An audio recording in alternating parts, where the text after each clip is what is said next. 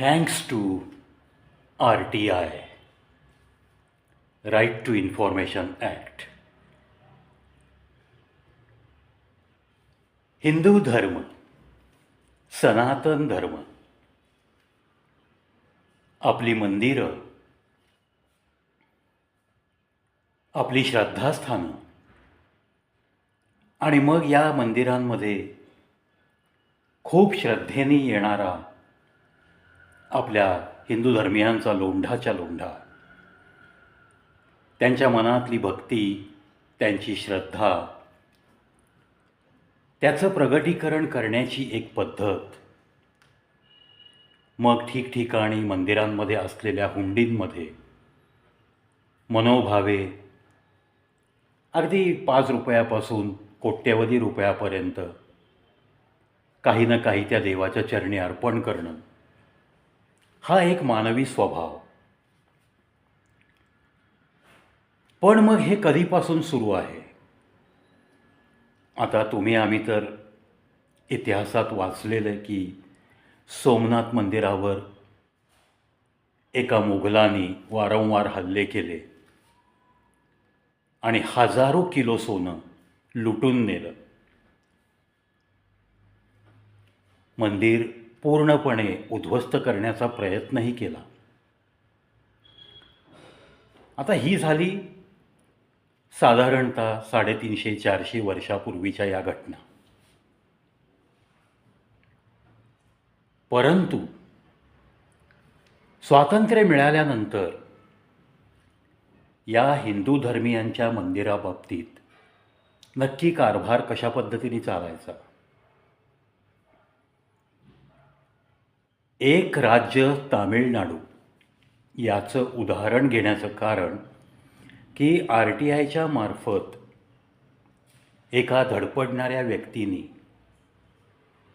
शासन दरबारी रीतसर अर्ज करून काढलेली माहिती आणि त्यातून बाहेर आलेलं धक्कादायक सत्य. अहो, ऐकाल ना तर तुमचा धर्मावरचा विश्वास उडून जाईल. हा कारभार बघणाऱ्या सरकारवरचा विश्वास उडून जाईल. एकतर जास्तीत जास्त मंदिरं ही सरकारच्या अधीन. तामिळनाडूतल्या कुठल्याशा एका मंदिरात 2000 किलो सोनं जमा झाल्याचं एका लीगल क्षेत्रात धडपडणाऱ्या एका हुशार व्यक्तिमत्वाला समजलं आणि मग त्याच्या डोक्यात विचार सुरू झाले की हे सोनं आपल्याला वाचवता येईल का? Is there any legal way to stop this? ही ठिणगी मनात पडली आणि ती व्यक्ती कामाला लागली आणि त्यांनी एक केस दाखल केली की तामिळनाडूमधल्या या XYZ मंदिरातलं 2000 किलो सोनं हे सरकारच्या ताब्यात जाऊ नये, अशी त्यांनी केस केली. अर्थात पार्टी केलं त्यांनी गव्हर्नमेंटला, तामिळनाडू गव्हर्नमेंट, सेंट्रल मिनिस्ट्री, असं ज्याला ज्याला आवश्यक म्हणून पार्टी करणं होतं त्या सगळ्यांना पार्टी केलं त्यांनी. आणि मग RTIचा सुद्धा उपयोग करायचं ठरवलं. ही केस दाखल झाली. त्या केसमध्ये सरकारला विचारणा झाली. तेव्हा सरकारतर्फे एक ॲफिडेव्हिट या केसमध्ये दाखल झालं आणि एक धक्कादायक सत्य समोर आलं. सरकार स्वतः त्या ॲफिडेव्हिट, त्या प्रतिज्ञापत्राद्वारे सरकार स्वतः म्हणतंय की गेली 77 वर्ष सरकारच सर्व या मंदिरांचं सोनं घेत आहे. 37,000 मंदिरांचा कारभार सरकार पाहतं. त्यातल्या काही शेकडो मंदिरांमध्ये एकपात्री प्रयोग आहे. म्हणजे त्याच पुजाऱ्यांनी मंदिर उघडायचं, त्यांनीच झाडकाम करायचं, त्यांनीच पूजा करायची त्यानेच देखरेख करायची. सर्व गोष्टी त्या एकट्या माणसावर सोपवल्या अशी शेकडो मंदिर आहेत. त्या प्रतिज्ञापत्रात असा कहर त्यांनी व्यक्त केला सरकारनी की आजपर्यंत आम्ही 5,00,000 किलो सोनं या तामिळनाडू राज्यातल्या मंदिरातून घेतलेलं आहे. सरकारनी 5,00,000 किलो.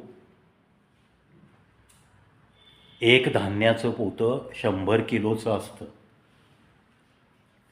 अशी 100 किलोची पोती घेऊन ट्रकच्या ट्रक धान्य आडत बाजारामध्ये आणताना तुम्ही पाहिलं असेल.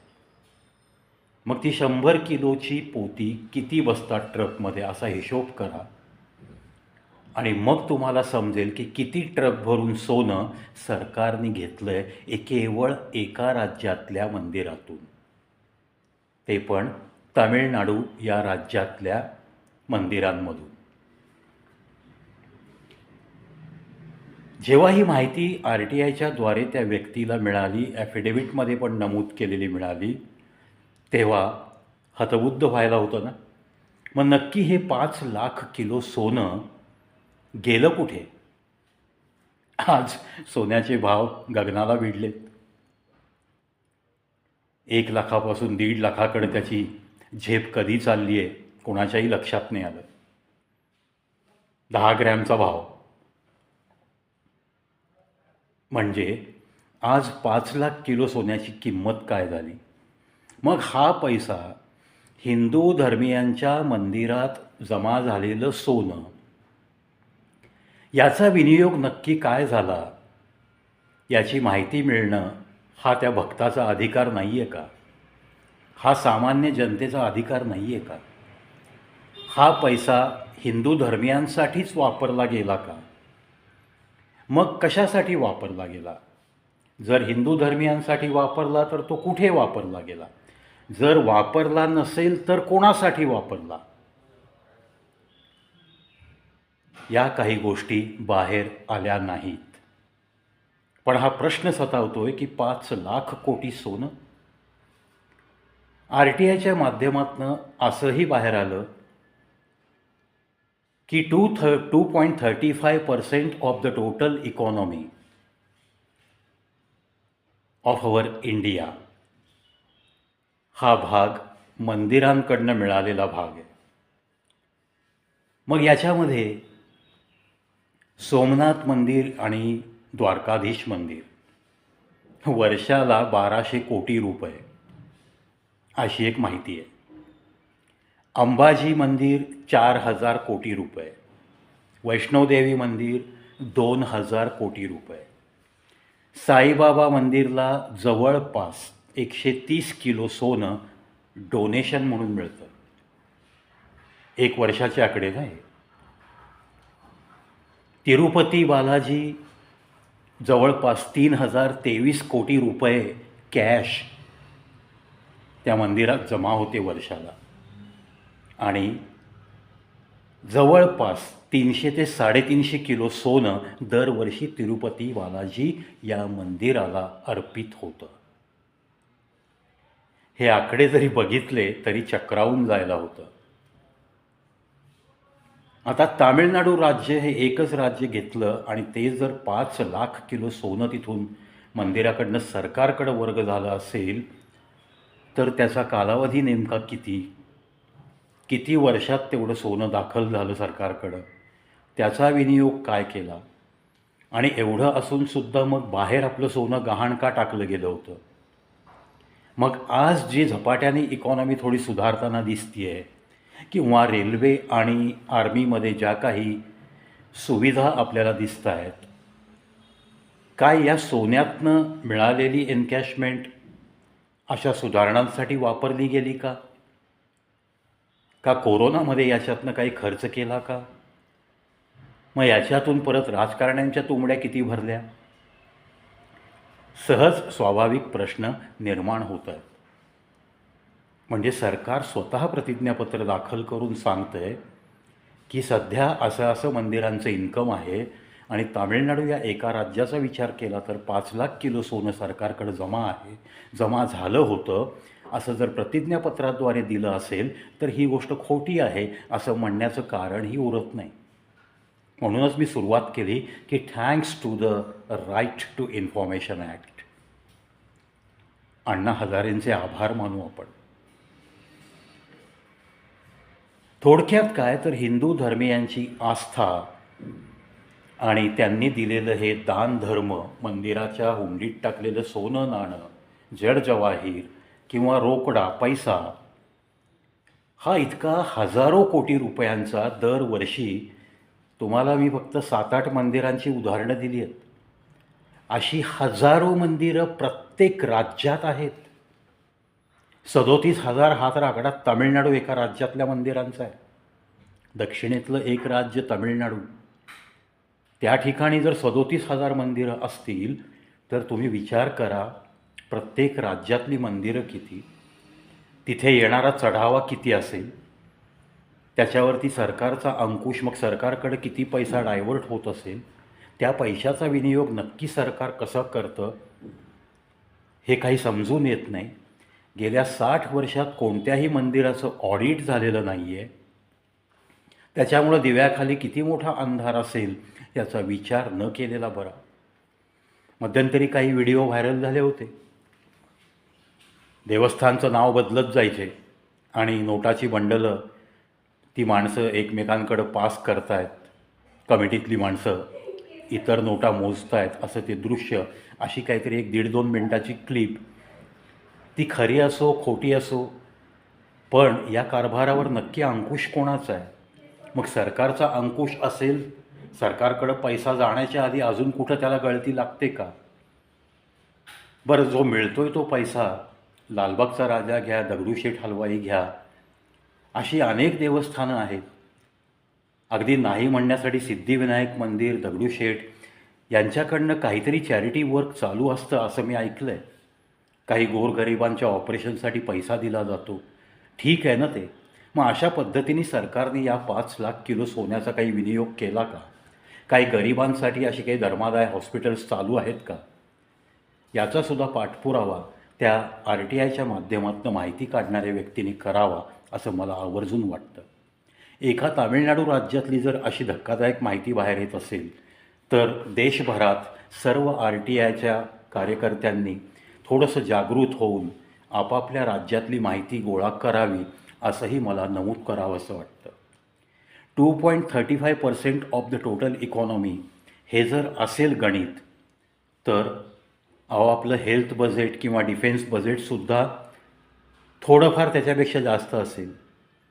मग इतका मोठा सहभाग आपल्या इकॉनॉमीमध्ये नोंदवणारी ही जी मंदिरं आहेत, त्याच्यातून जर इतकं मोठं उत्पन्न होत असेल तर त्या सरकारने ह्याचा नक्की विनियोग काय केला हे जाणून घेणं हा प्रत्येक भक्ताचा, प्रत्येक भारतीय नागरिकाचा अधिकार आहे असंच नमूद करावं असं वाटतं. तुमची आमची आस्था आणि याचा जर गैरफायदा काही राजकारणी लोक घेत असतील तर ही आस्था आपली जिवंत ठेवण्यासाठी कुठेतरी आपण मनानेसुद्धा जागृत असणं अत्यंत गरजेचं आहे. म्हणूनच ही मला समजलेली थोडीशी आकडेवारी, थोडीशी ही माहिती आपल्या प्रत्येक भक्ताच्या मनापर्यंत पोहोचावी याच एका उद्देशाने हा व्हिडिओ. आणि जर 60-60 वर्ष ऑडिट होत नसेल तर या मंदिरातून किती मोठ्या प्रमाणात गैरकारभार झालेला असेल, ऑडिट न होण्यामागं नक्की काय कारण आहेत, नक्की कोण आहे याचे सूत्रधार, याचासुद्धा छडा लागला पाहिजे. भारत देश हा सुजलाम सुफलाम होता आहे, अजूनही होऊ शकतो, पण ही जी गळती चालू आहे ना, या गळतीचा कुठेतरी काहीतरी थांगपत्ता लागला पाहिजे. आणि या पैशाचा विनियोग अतिशय वंचित लोकांसाठी आपल्या देशामध्ये त्यांचा जीवनाचा स्तर थोडासा उंचावला पाहिजे, यासाठी त्याचा विनियोग करता आला तर ही आस्थेवाईकपणे टाकलेली दानधर्माची जी काही ती काही हुंडी जमा होते त्याचं कुठेतरी या भक्तांची भक्ती, त्यांची श्रद्धा ही सार्थकी लागली असं म्हणायला नक्की आवडेल आपल्याला. परंतु हा परंतु मात्र खूप खटकतो. परंतु आपल्या देशामध्ये या मंदिरावर अंकुश असलेल्या सरकारच्या दरबारी जेव्हा हा पैसा जातो तेव्हा नक्की त्याला किती आणि कुठे वाटा फुटतात हे कुठल्याही सामान्य नागरिकाला का समजत नाही हेच मोठं कोड आहे. आशा करूयात ज्या ज्या मंदिरात आपण मनोभावे हात जोडतो, मनोभावे आपल्या ऐपतीप्रमाणे दानधर्म करतो, त्या दानधर्माचा विनियोग त्या मंदिराकडून चांगल्या कार्यासाठीच होत राहावा, हीच त्या विधात्याकडं प्रार्थना करूया. तूर्तास या विषयावरती इतकंच. पुन्हा भेटूयात याच विषयावरच्या व्हिडिओ नंबर 2मध्ये. पाहत राहा, ऐकत राहा कवी प्रवीश यूट्यूब चॅनल.